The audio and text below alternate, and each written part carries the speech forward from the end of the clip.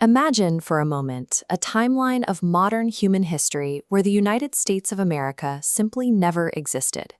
There is no American entertainment industry exporting culture to the rest of the globe. There are no tech hubs in California driving the architecture of the modern internet. And there is no US dollar acting as the anchor for the global financial system. We are typically taught a very clean version of history. The standard story is that in 1776, 13 colonies declared independence and decisively defeated the British military to win their freedom. But the historical record reveals a precarious reality. The events of that year followed a calculated gamble, where winning on the battlefield was secondary to simply surviving. The birth of the nation was dependent on a sheer test of endurance. It lacked the cinematic glamour of battlefield conquest, shifting the focus to the gritty effort of outlasting a winter. To understand the stakes, we have to look at the opponent. In 1776, the British Empire was the undisputed superpower of the globe. They operated the largest navy on the planet, backed by a logistical network capable of projecting force across thousands of miles of ocean. Their infantry units were rigorously disciplined. These were professional career soldiers, supplied with standardized weapons and the best outfitting available at the time. Military strategists refer to this dynamic as asymmetrical warfare.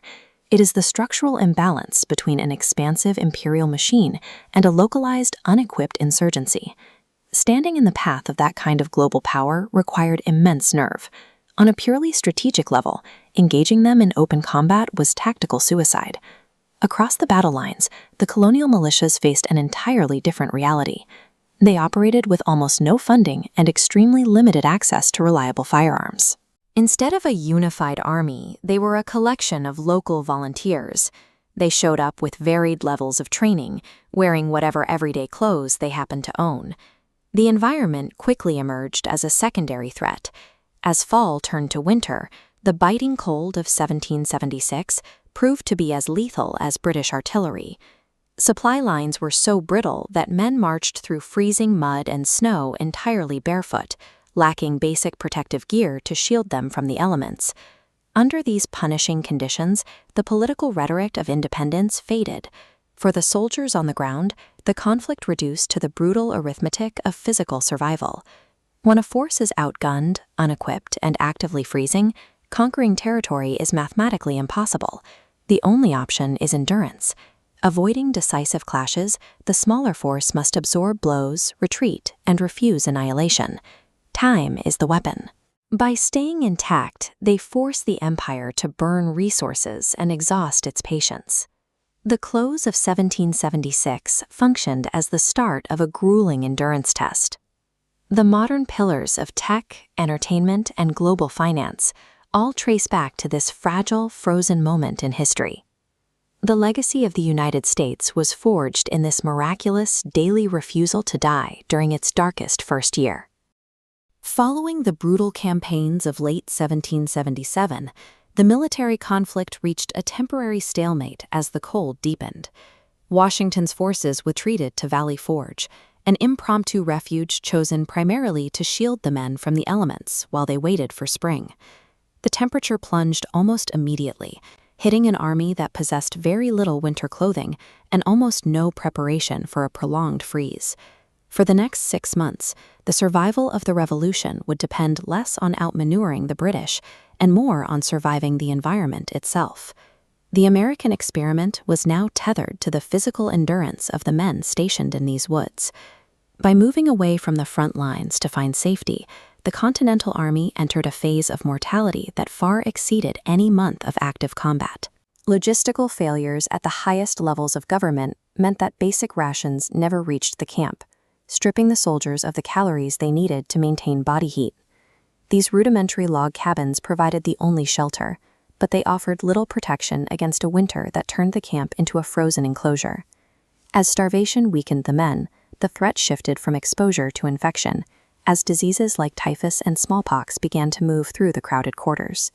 This chart clarifies the scale of the disaster. While prior battles killed hundreds, the combined impact of disease and exposure at Valley Forge claimed thousands. These soldiers were not falling to British muskets, but to conditions that were entirely preventable with proper supplies. The the Continental Army was no longer a cohesive military unit, but a failing biological system, losing more men to the camp than to the crown. Beyond the physical toll, the historical record reveals a secondary crisis within the minds of the survivors. Faced with the reality of starving in the snow, thousands of soldiers simply walked away from the war, driven by a baseline instinct to survive. This graph tracks the strength of the army over the winter. The steep drop shows the force literally dissolving as desertions outpaced any new arrivals. Even among the command structure, morale was fading, as the hope of a spring offensive was replaced by the daily task of managing a dying camp. By midwinter, the Continental Army had ceased to be an effective fighting force, transforming instead into a desperate group of refugees. While the Americans struggled to survive, the British were comfortably quartered in Philadelphia, only a short distance from the weakened camp. If the British command had launched a coordinated offensive across this small gap during the height of the crisis, the American forces would have had no way to mount a defense. Well-equipped redcoats would have marched against an army that was too sick and too small to fight back. A single decisive strike at that moment would have likely ended the revolution, stopping the United States before it could ever take shape. Survival wasn't a matter of strategic genius. It was a combination of individual endurance and the luck of British inaction. This era shows how thin the thread of the early nation truly was, hanging on the sheer stubbornness of the few who remained. Had this internal collapse succeeded, the story of the United States would be a minor footnote, just another failed experiment in the history books. The story we usually hear about the American Revolution features scrappy underdog colonists charging into battle and overwhelming a global empire through sheer force. But the historical records reveal a different reality. America didn't actually achieve its independence by overpowering the British crown. From a purely tactical standpoint, on the traditional battlefield, Britain wasn't losing. They maintained superior discipline, equipment, and numbers. Instead, the empire's defeat was the result of a fatal chain reaction of internal, unforced errors. The world's greatest military force was effectively defeating itself from the inside out. To understand how history was redirected, we have to look past the battlefield heroics and examine the psychological and logistical mistakes happening inside the British war room. The first domino to fall was purely psychological. The British establishment simply didn't take the war seriously enough. They classified the conflict as a small, isolated rebellion. They entirely missed the fact that they were facing a full-scale revolution. This arrogant mindset bred a dangerous assumption. Leadership believed colonial resistance lacked real resolve and would naturally fizzle out. Because they held that assumption, their resulting military operations lacked any sense of urgency. Commanders fell into sluggish decision-making patterns, operating under the firm belief that time was naturally on their side. Operating at this pace meant they missed critical early opportunities to decisively end the uprising before it could organize. By treating a massive conflict like a minor local riot, British leadership forced their own troops into a slow, reactive posture instead of a decisive one. That lack of urgency soon collided with a harsh physical reality. The British suffered from a profound geographic disconnect. Looking at this map, comparing the sprawling landmass of the American colonies against the smaller footprint of Western Europe, the scale mismatch is obvious. British commanders, used to that compact European scale, failed to grasp the sheer size of the territory. They tried to fight a traditional European war, which relies on open fields and close quarters, inside an untamed, heavily forested wilderness. Pushing a slow-moving strategy into this massive, rugged terrain led directly to logistical collapse. Because they failed to secure the interior properly, their overextended supply lines became incredibly weak and were easily severed. Without reliable supplies, those once imposing British forces were rendered immobile and vulnerable. The British military machine ultimately broke down under the weight of its own unmanageable logistics and geographic ignorance.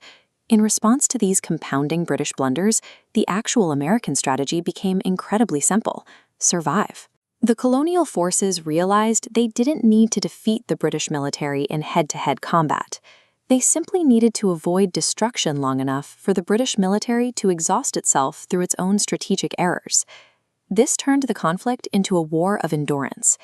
America didn't need to win every battle, it just needed to outlast the empire. It is a reminder that victory doesn't always go to the side with superior conventional firepower. History is often redirected when an underdog exploits the arrogance of a giant, proving that the greatest victories can come simply from surviving the other side's mistakes.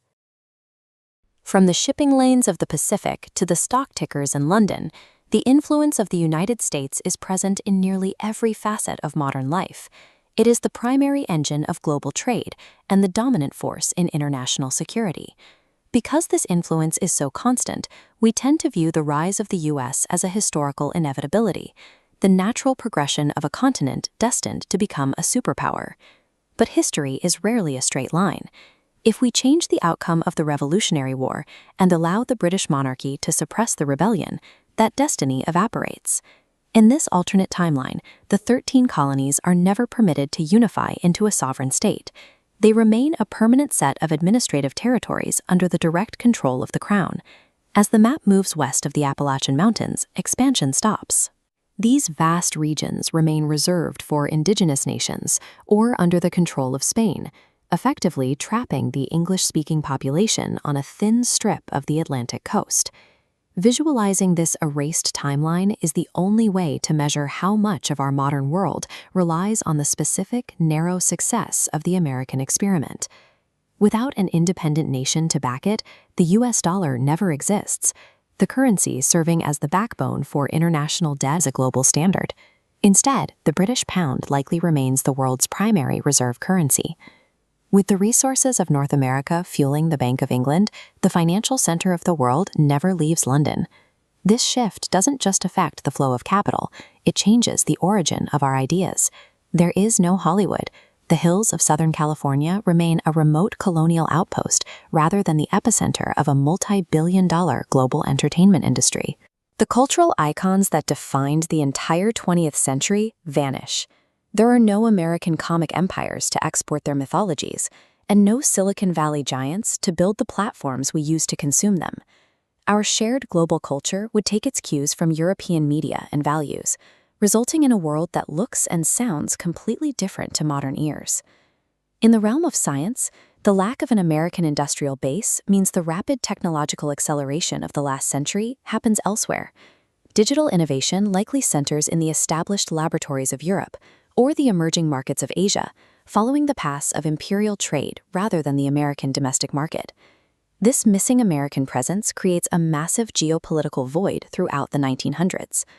During the World Wars, the Allies would lack the massive infusion of American industrial production and fresh manpower that helped break the stalemates of the Western Front. Without that specific American intervention, the conflicts would have reached different conclusions. While democratic movements might still emerge in Europe, the specific model of an independent, continent-sized republic would not be there to champion them on the global stage. A world without an independent America shifts the management of international security and the definition of human rights back to the old imperial powers. If the alternative was so plausible, why is our reality the one that survived? The survival of the United States was far from guaranteed. Independence was the result of a fragile set of circumstances, rather than a preordained victory. The colonies were frequently on the verge of collapse. It was the massive financial and naval support from France that provided the necessary leverage to keep the rebellion alive. Success also relied on a series of critical mistakes by the British High Command. They struggled with rigid logistics and failed to adapt to a war fought thousands of miles from London. Beyond the strategies and alliances, much of the outcome came down to simple luck. The shifting of the weather, the timing of a message, or a chance meeting between generals. These factors combined not into a perfect victory, but an act of imperfect survival. The United States didn't just win, it managed to exist when it almost didn't. The nation's current status isn't just a result of its policies or resources. It became a superpower because it navigated those early, critical moments without collapsing. Now that we see how much was left to chance, the question is yours. If history had taken that other path, would the world today be better or worse? Leave a comment below.